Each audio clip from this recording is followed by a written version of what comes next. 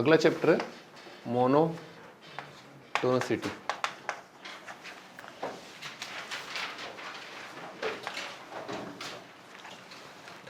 ग्यारह साल हो गए पढ़ाते हुए, स्पेलिंग याद नहीं हुई अभी तक। मोनोटोनिसिटी क्वेश्चन आते हैं। ठीक है, मोनोटोनिसिटी लिखो बेटे। मोनोटोनिसिटी क्या होता है? मैं पहले एक जनरल इंट्रोडक्शन दे रहा हूँ। जैसे e की पावर x है ना, और आपका ये what you call ln x है, और आपका 2x + 1 है। इस तरह के फंक्शंस के ग्राफ आपने देखे हैं ना, जैसे e की पावर x है, e की पावर x का ग्राफ कैसा आएगा? ऐसा आएगा। ln x का ग्राफ ऐसा आएगा ना। 2x + 1 एक स्ट्रेट लाइन है, ये ग्राफ आएगा है ना।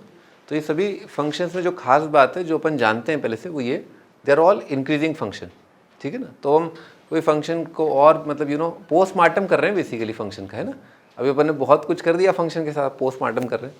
तो all these functions are increasing. Increasing कब कहा जाता है? एक बहुत बेसिक बात, जब आप लेफ्ट टू राइट जा रहे हो तो फंक्शन का ग्राफ उठना चाहिए। अगर लेफ्ट से राइट जाते वक्त अगर फंक्शन का ग्राफ उठ रहा है, that means it is a increasing function का ग्राफ। ठीक है। और लाजमी सी बात है कि डिक्रीजिंग का मतलब इसी के अकॉर्डिंग हो जाएगा कि लेफ्ट टू राइट गए और नीचे जा रहा है तो वो डिक्रीजिंग हो जाएगा। लिख लो, are increasing function, these are increasing function.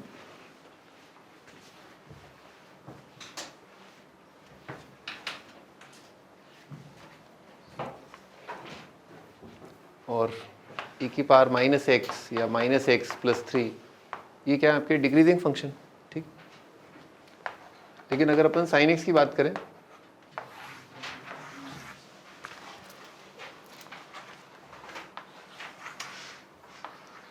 sin x का ग्राफ कैसा है? ऐसा है। तो ये जो है ना, ये आदमी तो सीधा है ना। हमेशा क्या है, ये एक ही काम किया, बढ़ता रहा है ना, ऐसे करके। ये भी क्या है, सही है, मतलब है ना, क्योंकि घटता रहा है ना। इसका नेचर जो है, इसका कभी कुछ है कभी कुछ है। ठीक है ना। कभी तो क्या है, बढ़ रहा है, ऐसे ऐसे करके बढ़ रहा है, फिर बदल गया नेचर। ठीक है ना। मोनोटोनिसिटी या मोनोटोनिक नेचर होने का, मोनोटोनिक का मीनिंग पता है आपको? लाइफ बहुत मोनोटोनिक हो गई यार, लाइफ में केवल साइन थीटा और कॉस थीटा रह गया है। ठीक है ना। लाइफ में क्या है, साइन थीटा कॉस थीटा। तो दैट इज कॉल्ड एक ही प्रकार का नेचर। मोनोटोनिक होने का मतलब क्या है? एक ही प्रकार का नेचर। तो एक ही प्रकार का नेचर, जैसे ये क्या है, सदैव इंक्रीजिंग है ना, ये हमेशा इंक्रीजिंग है, सदैव डिक्रीजिंग, ये एक ही प्रकार का नेचर रख रहे हैं फंक्शन, है ना। पर इसमें क्या है, ये मोनोटोनिक नहीं है। लिखो, नॉट मोनोटोनिक, है ना। और इसको इन सभी को क्या बोलते हैं? मोनोटोनिक। इन दोनों को बोलते हैं मोनोटोनिक, इसको बोलते हैं नॉट मोनोटोनिक। नॉट मोनोटोनिक वो वाले ग्राफ जो है मोनोटोनिक है, ये वाला ग्राफ मोनोटोनिक नहीं है। और अगर और थोड़ा एम्फेसाइज करना चाहें तो इनको बोलते हैं, इन तीनों को, मोनोटोनिक इंक्रीजिंग, मोनोटोनिकली इंक्रीजिंग या मोनोटोनिक इंक्रीजिंग, मोनोटोनिकली इंक्रीजिंग। और इसको बोलते हैं monotonically decreasing, monotonically decreasing. The function is monotonically decreasing. ठीक है ना, ये बोलते हैं। वो मोनोटोनिकली इंक्रीजिंग है, ये मोनोटोनिकली डिक्रीजिंग है। दिस इज नॉन मोनोटोनिक या नॉट मोनोटोनिक, या आई समटाइम इंक्रीजिंग समटाइम डिक्रीजिंग, ऐसे बोल सकते हो। तो मोटा मोटा आइडिया लगे ना कि एक इंक्रीजिंग है एक डिक्रीजिंग है। इंक्रीजिंग या डिक्रीजिंग, सदैव एक ही प्रकार का नेचर रखने वाले फंक्शंस को बोलते हैं मोनोटोनिक, है ना। ओके, आगे लिखो, नोट करके। Monotonicity of a function at a point है, monotonicity of a function at a point.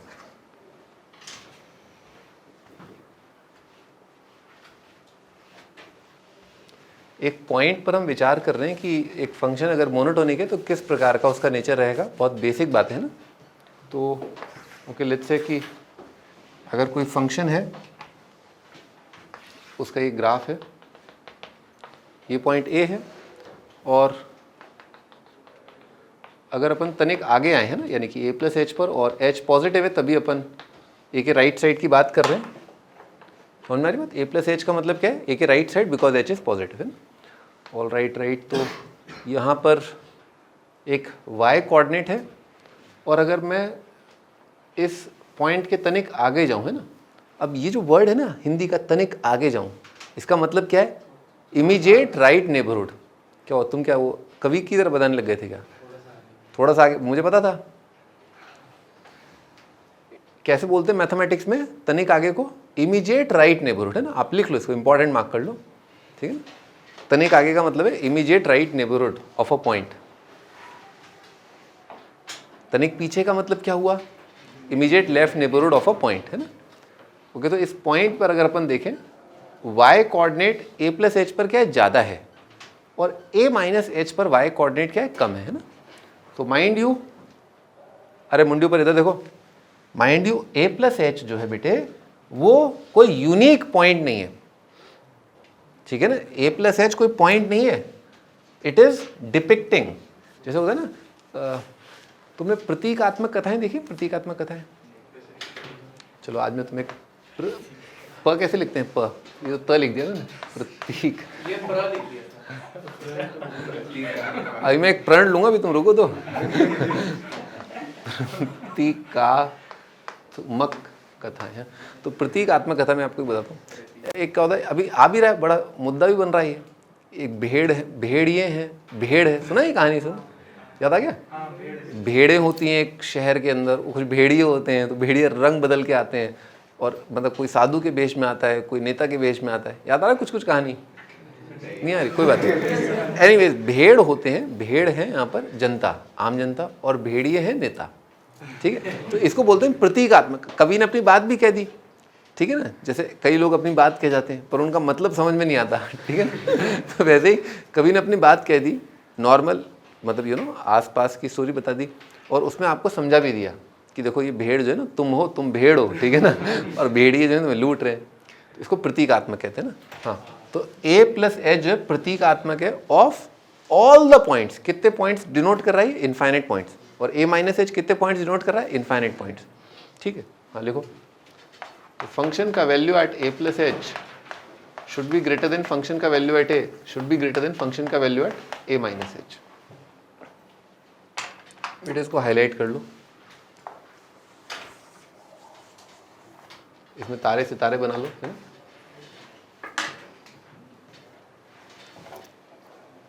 कभी भी आपको कहीं पर भी संकट आए, ठीक है ना, कभी भी संकट आए, कोई कन्फ्यूजन हो, और कभी दिल घबराने सा लगे, ठीक है ना, तो आप क्या कर रहा है? इसको देख लेना, ठीक है ना। इसको देख लोगे तो आपका क्या है, थोड़ा ब्लड प्रेशर थोड़ा लो हो जाएगा, ठीक है। F A plus H greater than F A less than, sorry greater than F A minus H. क्या शो कर रहा है? इमीडिएट राइट नेबरहुड में वैल्यू ज़्यादा, फिर कम, फिर और कम, ठीक है।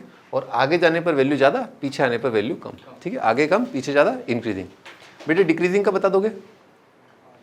आ जाएगा, उल्टा हो जाएगा, रिवर्स हो जाएगा। लिखो, for monotonically decreasing eight a point, for monotonically decreasing eight a point a minus H पर वैल्यू ज़्यादा हो जाएगी, ठीक है। ऐसे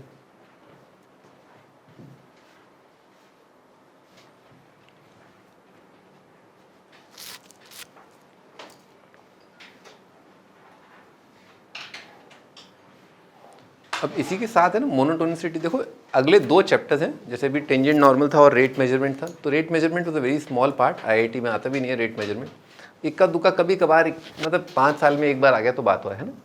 ओके, तो जो अगले दो चैप्टर्स हैं उनका नाम है मोनोटोनिसिटी, और उसके तुरंत बाद फॉलोड बाय मैक्सिमा मिनिमा, ठीक है। दोनों चैप्टर्स लगभग एक जैसे ही हैं, वेरी सिमिलर। तो इस चैप्टर में भी हम कई सारे सवाल करेंगे मैक्सिमा मिनिमा के, ठीक है। और अगले चैप्टर में हम करेंगे कुछ सवाल मोनोटोनिसिटी के, है ना। तो ऐसे में सोचना कि ये मोनोटोनिसिटी में मैक्सिमा मिनिमा क्यों आ गया, और मैक्सिमा मिनिमा में फंक्शन का इंक्रीजिंग डिक्रीजिंग नेचर क्यों पढ़ते हैं, ठीक है। दोनों में कुछ कुछ ऐसी चीज़ें हैं जो यू नो इसकी वो चीज़ यहाँ, इसकी वो चीज़ यहाँ, ऐसा है। उसका रीज़न बाद में समझ लेंगे अपन जब अपनी आईआईटी की तैयारी खत्म हो जाएगी, ठीक है। हाँ लिखो आगे, maxima at x equal to a, maxima at x equal to a. तो बेटे मैक्सिमा की कंडीशन क्या होगी?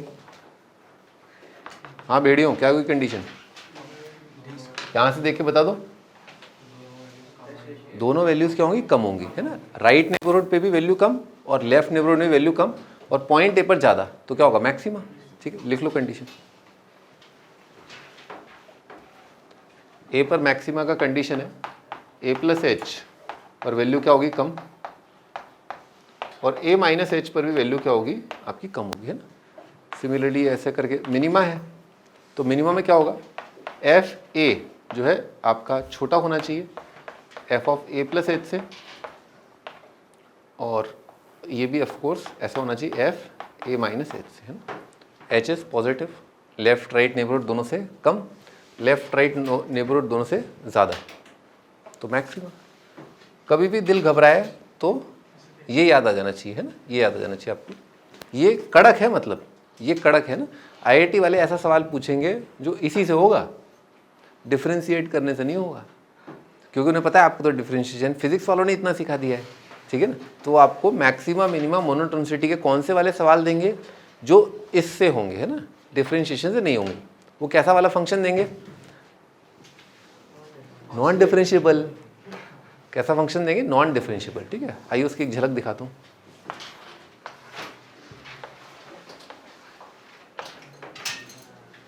हाँ भाई, इस फंक्शन का 0 पर सॉलिड सर्कल है ना, 0 पर मैक्सिमा है, मिनिमा है, मोनोटोनिक है, क्या है ये फंक्शन जो है, इसका नेचर कैसा है, 0 पर मोनोटोनिक है, मोनोटोनिक इंक्रीजिंग, मोनोटोनिक डिक्रीजिंग, या मैक्सिमा या मिनिमा, कुछ नहीं है, वो कुछ तो होगा ना। सवाल दिया, 4 ऑप्शन दिए,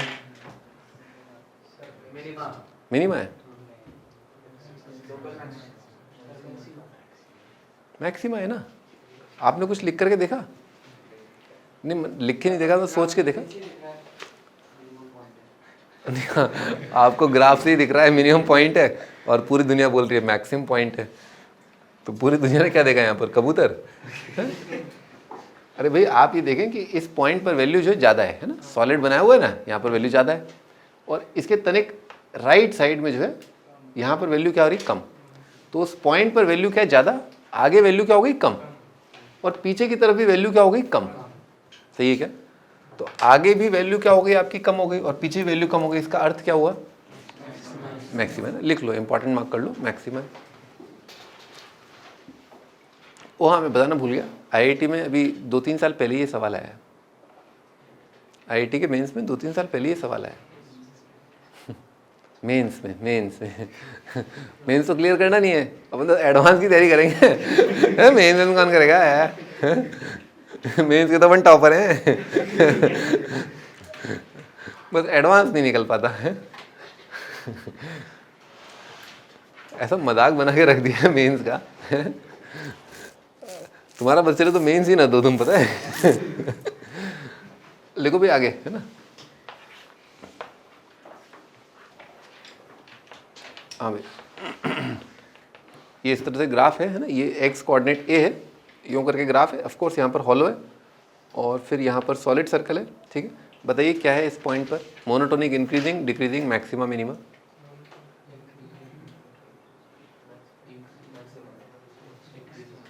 सोच लो आराम से, देखो फंक्शन यूँ करके बढ़ा दिया मैंने, फंक्शन यूँ करके बढ़ा दिया, क्या आएगा, मैक्सिमा आएगा, नहीं इंक्रीजिंग नहीं आएगा, मोनोटोनिक इंक्रीजिंग आएगा। अरे भैया मैक्सिमा है, लिख लो मैक्सिमा। अभी तो चैप्टर स्टार्ट ही नहीं हुआ है, अभी तो मैं आपको बता रहा हूँ कि देखो ये होता है, ये कंडीशन है, ऐसे करके पूछ लेगा। मेंस से स्टार्ट किया अपने, मेंस लेवल के क्वेश्चन से। तो इस पॉइंट पर आप ध्यान से देखें, फोकस करें, वैल्यू क्या ज़्यादा है, आजू में कम और बाजू में कम, इसका मतलब क्या है, इस पॉइंट पर मैक्सिमा है, लिख लो मैक्सिमा है। अब आप सीख गए होगे वैसे ना, आपसे एडवांस लेवल के क्वेश्चन पूछे जा सकते हैं ना।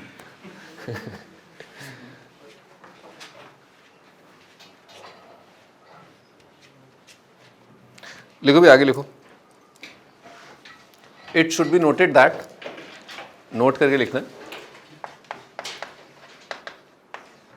It should be noted that we can talk of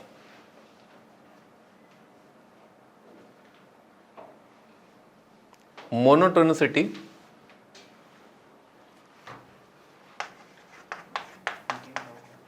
we can talk of monotonicity of fx at x equal to a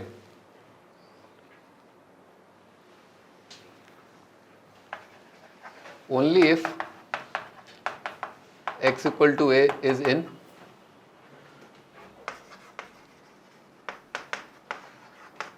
domain of function.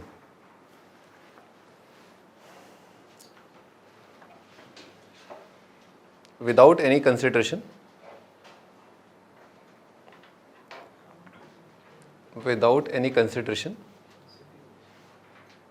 of continuity and differentiability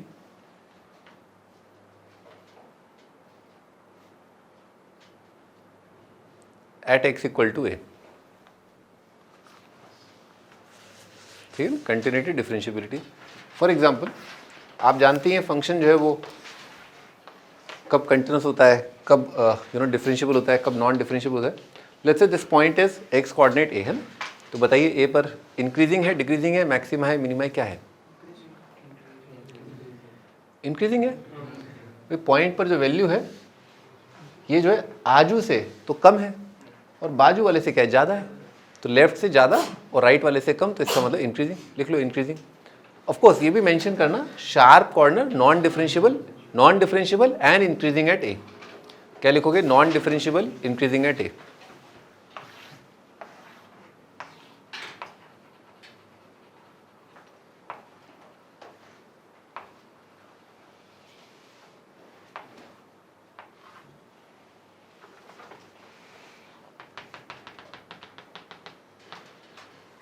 हाँ भाई, चलो तुम बताओ.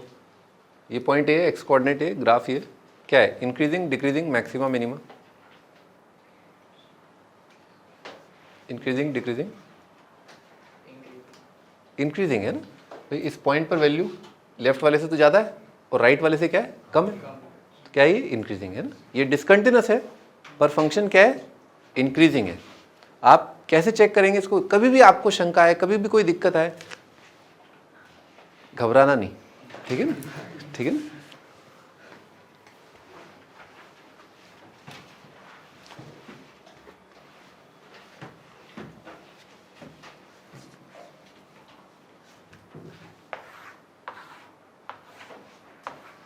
इस प्रकार का फंक्शन जो होता है आपने देखा होगा नॉन डिफरेंशियबल. मैंने आपको टेंजेंट नॉर्मल में बताया था, जैसे एक्स की पावर 1/3 है, क्या था, 0 पर नॉन डिफरेंशियबल है, वर्टिकल टेंजेंट आ रहा है, बताया था. तो ये क्या है आपका, डिफरेंशियबल नहीं है, पर ये फंक्शन क्या है यहाँ पर, इंक्रीजिंग है. dy by dx is not defined but it is increasing.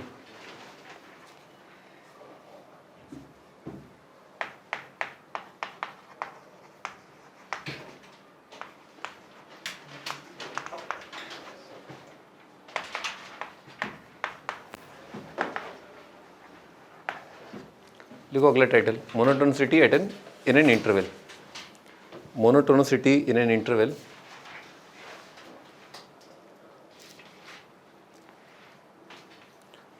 तो ये बिल्कुल बहुत सिंपल है. जस्ट लाइक जैसे अपन ने कंटिन्यूटी और डिफरेंशियबिलिटी की बात करी थी, याद है?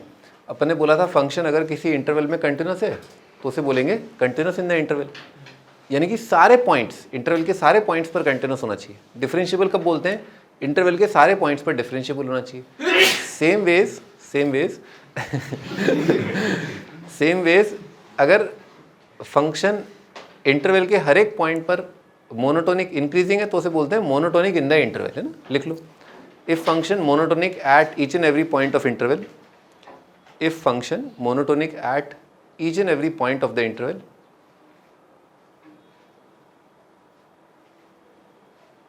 if function monotonic at each and every point of the interval, it is monotonic.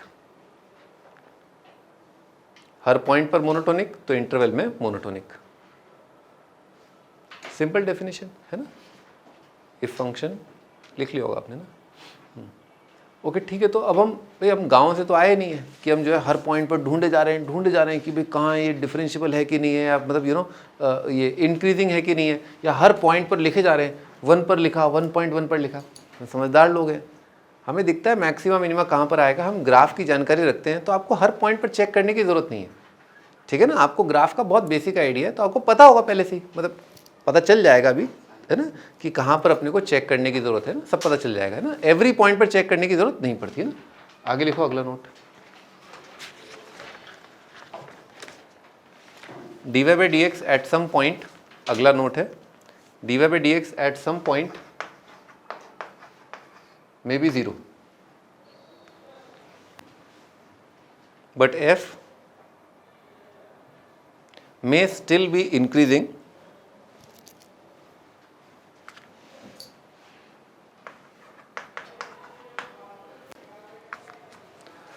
ठीक है ना, ये बात आप जानते हैं। और एग्जैक्टली सेम फंक्शन में जो है आपके सामने पेश कर रहा हूँ, dy by dx जो है आपका कितना है, एक्स क्यूब का कितना आ जाएगा 3x², है ना।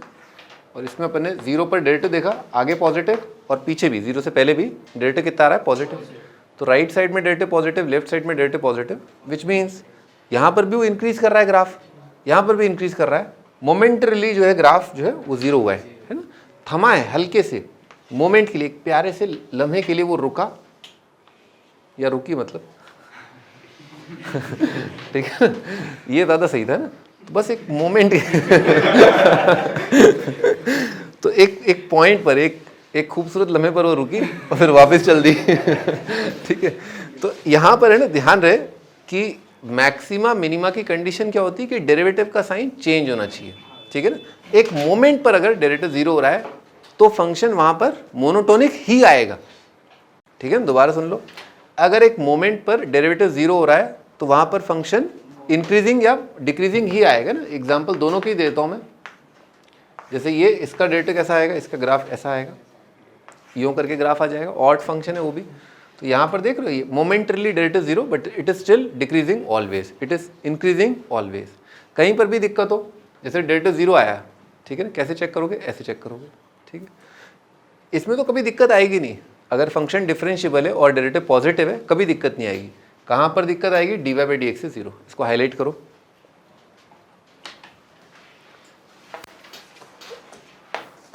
तो डेरिवेटिव 0 पर भी फंक्शन मोनोटोनिक हो सकता है ना।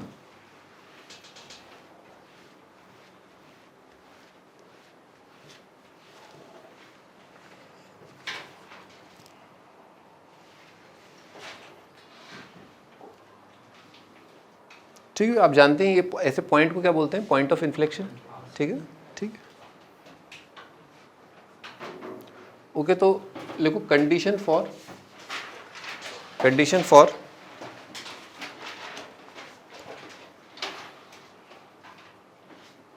स्ट्रिक्टली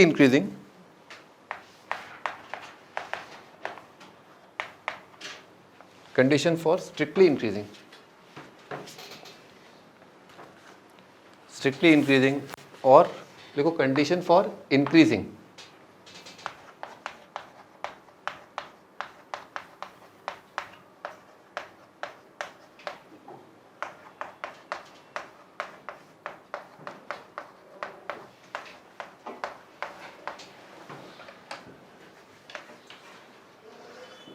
ये भाई हमारे पूर्वजों की एक गलती है, ठीक है ना,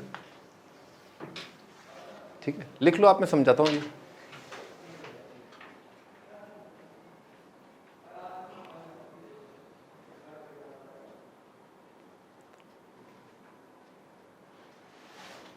हाँ भाई, इंक्रीजिंग है ना, अगर हम बात करें कि फंक्शन इंक्रीजिंग नेचर का है ना, अगर फंक्शन इंक्रीजिंग नेचर का है तो हम क्या बोलते हैं, ग्रेटर देन इक्वल टू। क्या बोलते हैं इंक्रीजिंग के लिए, ग्रेटर देन इक्वल टू। और अगर फंक्शन स्ट्रिक्टली इंक्रीजिंग नेचर का है तो क्या बोलते हैं, स्ट्रिक्टली ग्रेटर देन, ठीक है। एग्जाम्पल के तौर पे इस ग्राफ को ध्यान से देखो, कहीं पर भी अगर x कोऑर्डिनेट बड़ा है ना, तो उस पॉइंट के एवज में जो y कोऑर्डिनेट है वो बड़ा है, गॉट इट। अगर आप छोटा x रखेंगे तो आपको कम वैल्यू मिलेगा और बड़ा x रखेंगे तो आपको ज़्यादा वैल्यू मिलेगा, क्लियर है, ठीक है ना। अच्छा, यहाँ पर क्या है, इंक्रीजिंग में है ना, इंक्रीजिंग में जैसे कई बार होता है ना, बस स्टैंड पे वो काफ़ी देर रुक जाती है ना, तो ये क्या है, ये वो इंक्रीजिंग वाला है ना, ये इंक्रीजिंग वाला है। हाँ, यस यू राइट, कुछ देर के लिए स्टॉप, लेकिन हाँ ये ध्यान रहे कि वो नीचे नहीं है, ठीक है ना। वो जाना तो या तो ग्रेटर देन है या ग्रेटर देन इक्वल टू है, इक्वल टू हो सकता है, तो इसको इंक्रीजिंग बोलते हैं, तो आपका क्या राय है, आप लोगों की क्या राय है, क्या ऐसे इंक्रीजिंग कहना चाहिए था? अरे मजाक कर रहे हो क्या, ये इंक्रीजिंग कहाँ से हो गया? ये कांस्टेंट हो गया ना कुछ टाइम के लिए, ठीक है ना, कांस्टेंट हो गया। लेकिन हाँ, अगर डेफिनेशन ही यही है, इंक्रीजिंग की डेफिनेशन यही है, तो हमें कोई दिक्कत नहीं है, ठीक है ना। पर इंक्रीजिंग की डेफिनेशन क्या ये देनी चाहिए थी? ये नहीं होनी चाहिए थी इंक्रीजिंग की डेफिनेशन। आप मजाक थोड़ी ना करें। इंक्रीजिंग का मतलब क्या हुआ? बढ़ते जाओ बढ़ते जाओ बढ़ते जाओ, और आप यहाँ रुक गए। तो इंक्रीजिंग का डेफिनेशन थोड़ा यहाँ पर अटपटा लगता है ना, अटपटा। लिख लो, अटपटा मत लिखना, ये लिखना, ये ग्राफ ये है ना, इसका ग्राफ ये है, इस फंक्शन का ग्राफ ये। इंक्रीजिंग फंक्शंस के ग्राफ इस प्रकार के हो सकते हैं। ऑफ कोर्स जो स्ट्रिक्टली इंक्रीजिंग है वो इंक्रीजिंग तो है ही है ना, वो तो बताया मैंने, प्रिंसिपल ऑफ है ही है ना। जो स्ट्रिक्टली इंक्रीजिंग है वो इंक्रीजिंग तो है ही है।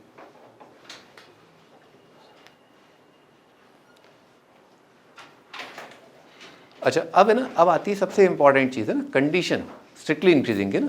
देखो आप ये सब इनइक्वालिटी सब आप कर लोगे, ठीक है ना। स्ट्रिक्टली इंक्रीजिंग का कंडीशन पूछ रहा हूँ मैं आप लोगों से, ठीक है ना। क्या कंडीशन लगाया जाए? और हाँ, ये बात याद रखना आप, ठीक है ना, मैं बार बार पूछूंगा, अगले 6-7 दिन तक पूछूंगा, ठीक है ना, कि क्या होती है स्ट्रिक्टली इंक्रीजिंग कंडीशन। और जो मैं अभी आपको बोल रहा हूँ वही का वही है ना। अगर नहीं बोला ना, फिर देखना उल्टा टांग के नीचे आग लगा दूंगा, ध्यान रखना, ठीक है ना, ठीक है। क्योंकि मैं दोबारा बताऊंगा नहीं, ठीक है, और सुनना मैं वही चाहता हूँ जो मैं तुम्हें बताया है। अच्छा, पहले तो तुम बताओ कि स्ट्रिक्टली इंक्रीजिंग की कंडीशन क्या होगी, है ना। फंक्शन का डेरिवेटिव सदैव पॉजिटिव हो, है ना, for all x of course, है ना, या फंक्शन का डेरिवेटिव हमेशा नॉन नेगेटिव हो। कौन सी कंडीशन सही है?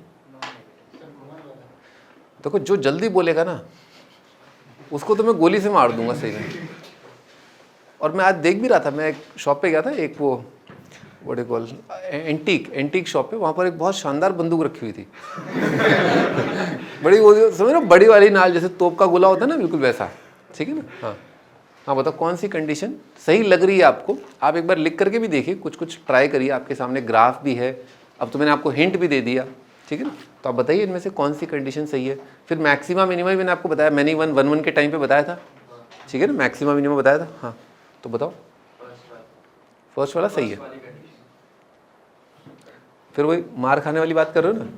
अभी यहाँ पर दिख रहा है 3x² दिख रहा है कि 3x² हमेशा 0 या उससे बड़ा है, और फंक्शन सदैव मोनोटोनिकली इंक्रीजिंग है। तो 3x² 0 हुआ है ना, लेकिन मोमेंटरीली हुआ है ना।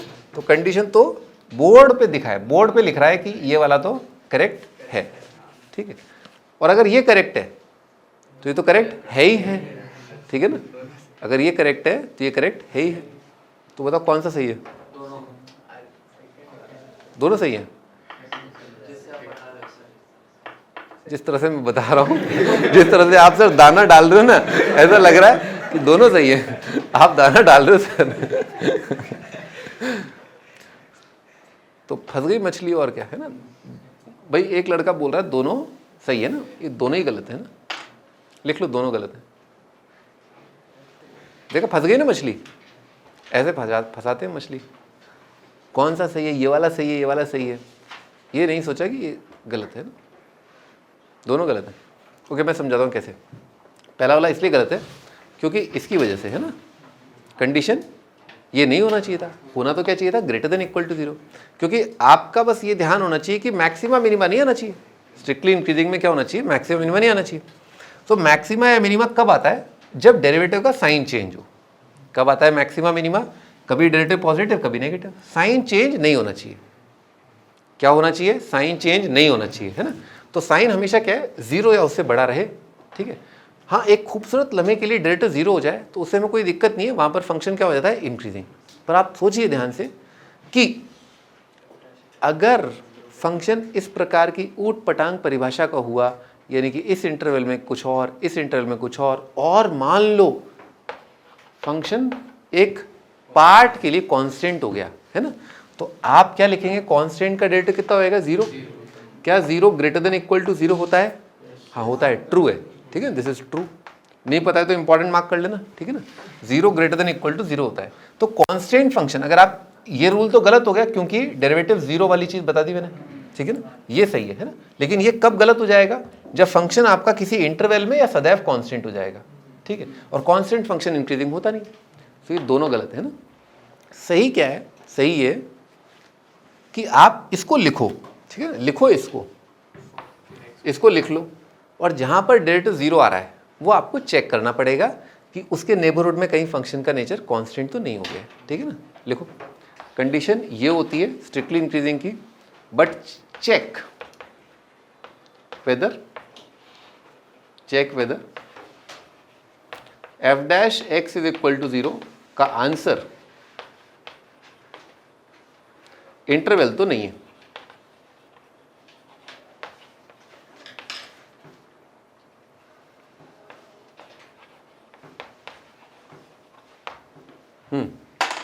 इसको कैसे पढ़ना है, इंटरवल तो नहीं है, ठीक है ना, हिंदी में पढ़ना है, टू नहीं है नहीं पढ़ना है, ठीक है ना।